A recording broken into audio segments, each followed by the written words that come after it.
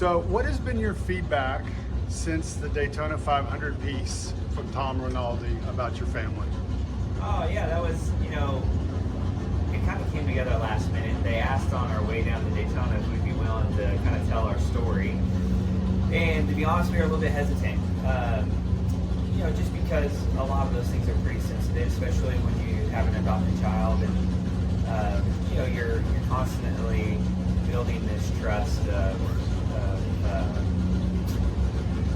with a child that has a lot of distrust, right? He's been abandoned and all those things. So we were a little nervous about whether or not to do it.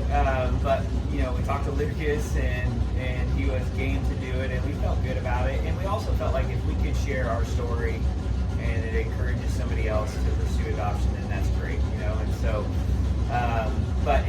Tom did a great job. And, for us, it was, like I said, in the moment we weren't sure about it, but after seeing it, I was like, I'm really glad that we did it. And that we'll have that too. We'll have that piece to remember 20 years from now or 30 years from now, whenever that is, or for Lucas when he has a family, And so that's special too, to know that we have something that's documented that will last forever. So, but it was great, and the response has been awesome. And I think that it did what we hoped it would do, is to bring some light to a somewhat dark situation, and then also encourage others to kind of take that leap of faith and explore what adoption could look like for their family. Awesome. So there's been this controversy over the cautions this last week, and Larry Mack said it may be the recipe for a bunch of torn up race cars. Owners and drivers may go, my God, that man has gone mad and lost his mind. But to me, the one thing that would solve it is the only flag that can end the race is a checker flag.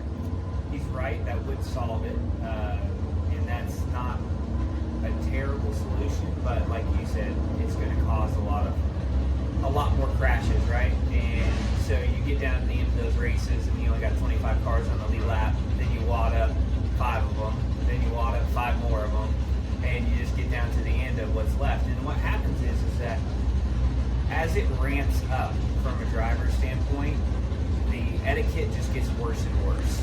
And so when you've had a good race and everybody's doing a good job and you're in that fighting position, you get to that white flag. If you get to the white flag, it seems like the races go how they should. If you have a green-white checkered, it's like everyone just goes, oh, screw it. I'm just going to hold it wide open and run into everybody, and it just keeps happening and happening and happening. And that's on us. That's not on NASCAR. And so I don't have the solution. I'm not sitting here saying that we need to do this. But what I know that I don't want to do, and I had to do at the Daytona 500, was I was running 15th coming to the white flag. Ty Gibbs and Eric Jones both were in that accident. Eric Jones was on the bottom of the racetrack on the apron with no suspension, and Ty Gibbs on the top riding the wall with no suspension. And they're both coming down like this to the middle of the track, and I'm running wide open through the middle. I don't want to go through either one of those guys' door, and I don't want to hurt anybody, but I also don't want to lose 4 or 5 spots coming up to the line.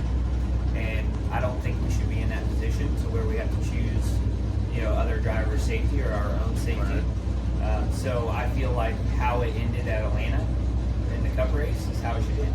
If there's a car that spins out in those front 3 rows, you know that every driver behind there has to make a choice.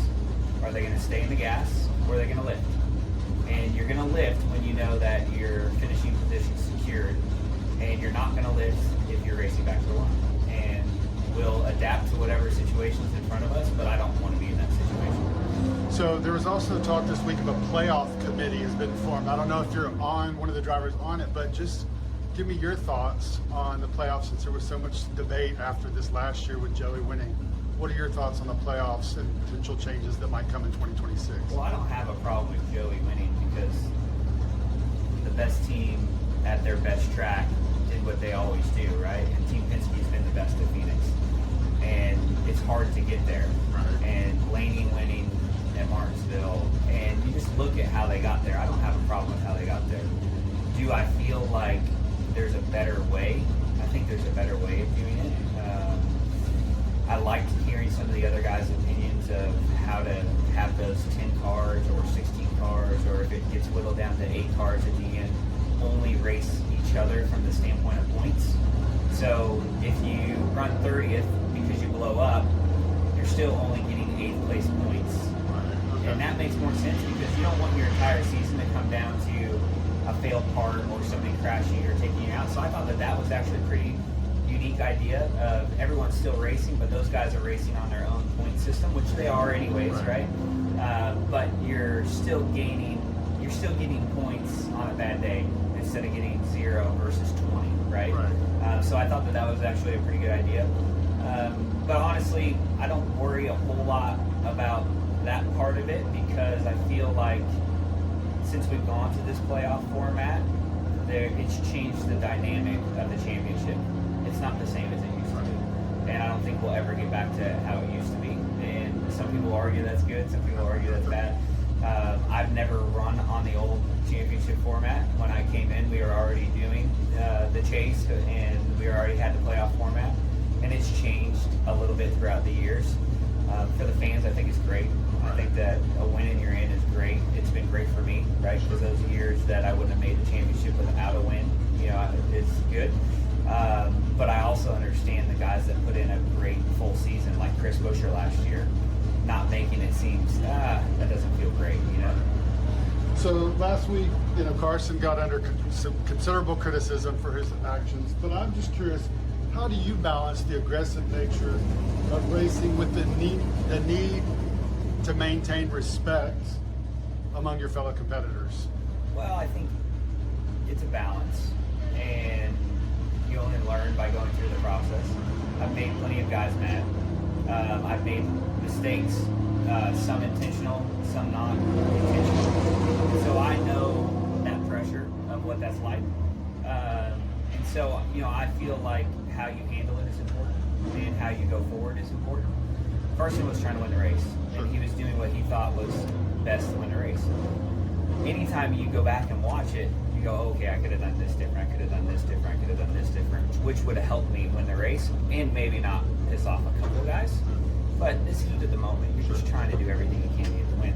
Moving forward, what you do moving forward is super important. And so I feel like that'll be where he's going to have to do a good job. I've been in situations where I've made mistakes, and I've gone to those drivers and been like, hey, I know that you owe me one, or that I owe you, and I'm going to do everything I can to make that right when I can. And so if you don't have those conversations and you don't actually do it, and you go out the next weekend and you spin one of those guys out that you just had a controversy with, it's coming. And so I like what Kevin Harvick said, is like Carson needs to just stay on the gas and keep pushing hard, but learning from different opportunities. But you got to have big shoulders if you're going to be that guy. And there's very few people that have been able to be that guy in our sport and handle it. So Chase Briscoe said at the Daytona 500, talked about the dramatic difference from Stuart Haas going to Joe Gibbs. So I'm just curious, from your perspective, going from Front Row to Spire, what notable differences have you picked up on? I would say the first thing I'd say is there's a lot of similarities. Okay. Smaller team, gritty, working hard, grinding. Those are the similarities. I would say that we have more depth at Spire and I don't mean like quality, I just mean there's more people in leadership, there's more people in those manager leadership roles to help guide and direct to direction, where at Front Row is a little bit, I don't want to say a free-for-all, that's not the right word, but we had a lot of freedom to go do whatever we wanted and however we wanted to do it. And so there's more of a plan and more of a structure at Spire. And then also too, with just the men and women that are there, we've added a tremendous amount of employees over the last 6 months. And if you ask them, over the last 2 years, it's gone from really small to big. And so, I feel like there's a plan and there's a future that's laid out, and we're able to see that. Now we just got to go do it. All right, a couple more questions. How much time do you spend in the simulator on average in a week? That's a great question. It varies from week to week depending on what track you're going to and what the team objective is. Obviously we are sharing sim time as a team. The 3 drivers are, Justin, myself, and Carson. And so depending on that particular race weekend, if there's an agenda that has to be accomplished with development, or say the 17 wants to work on this package or that package, but a lot of times we run through all the packages together and all the teams' kind of ideas. And that's new to me because I'm used to sort of having my own time and my own development to go work through our playlist. So it's been getting used to that. They're very efficient on how they do it. We're able to run through a tremendous amount of changes in a very quick time. But I would say on average, we are at the DIL, let's say 7 or 8 hours. And out of those 7 or 8 hours, I'm doing 2 or 3 of those, yeah. Okay. Last question. There's been reports that this could potentially be the last time at COTA. Oh, really? So, yeah, it was reported earlier this week, so I'm just curious. I didn't hear that. Jordan Bianchi reported it. Oh, okay. So, Yeah. just curious. Then it has to be true? Nah, not necessarily, but it's just out there. Yeah. So what would your thoughts? I mean, this is his 5th year here, so... Well, as long as we're going to another road course, but I love Circuit of Americas. I think it's a proper road course, right? It's big, it's got elevation, it's awesome. The garages are awesome. The facility's amazing. So I really enjoy it, and so I would like to see it stay. I know there's been some challenges, with that, and it's also not a SMI owned racetrack, right? So they're leasing it, and so who knows the business behind the scenes of how that all works. But I love coming here. It's a great facility, and I hope we get to come, for more years to go.